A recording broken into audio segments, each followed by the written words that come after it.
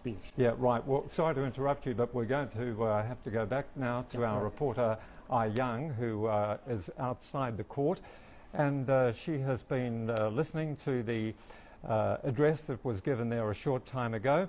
Thanks for being with us again, Ai Young. So what can you just summarise for us that were the main points of what we heard today about this new interpretation? Well, Edwin, as you see in my hand, this is the judicial interpretation the Supreme People's Court has just given out to reporters.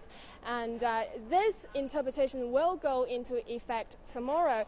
Just now, the 20-minute conference has given further details and definitions regarding what kind of activities on the internet in the future will be deemed as illegal. For example, what kind of behavior will be deemed as defamation or blackmailing or severely damaging national interest or public order. But on the other hand, the conference just now had also told reporters that what kind of activities should not be deemed as illegal. For example, if an internet user unknowingly reposted information that is not true, and even if this activity has in the end damaged other people's reputation, this user should not be held liable, and he should not be persecuted by the criminal law because he does not have the intention in the first place. And also, I think another positive thing about this conference is that the speaker confirmed a very important function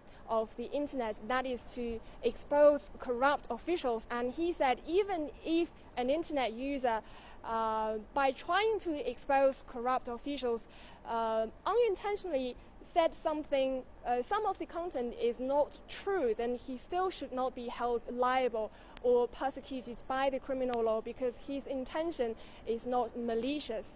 Edwin. That's an interesting interpretation too, that if a person unknowingly does this, they should not be prosecuted.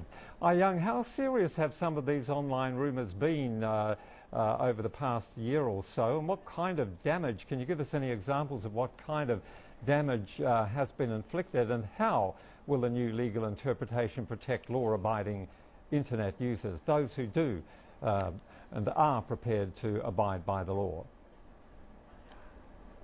Well, in August, China launched this nationwide campaign to eradicate false online rumors, and it was also in the same month that we saw the arrest of a man named Qin Huohua and the shutdown of his company.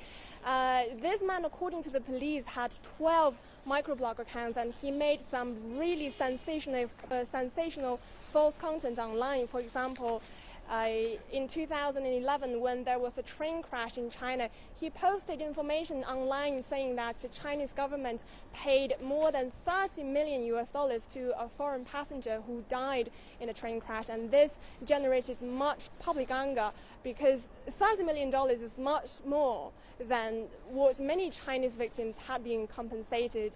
And this kind of damage has almost been uncontrollable at the time because this information had been reposted so many times on the internet. And so as the national campaign goes on now to eradicate false online rumors, we have also seen a number of internet giants such as Baidu, Yahoo and Sohu joining forces with the government to set up this new website. And this official website now can verify the sources of the information and tell apart which content is true and which is not. And for internet users, they can also browse through the website to learn what kind of content is fake, and they can provide source of content that they think that may be false to have them checked on the website. Edwin. All right, many thanks, Ai Young. Appreciate that. That's Ai Young reporting to us from the Supreme People's Court.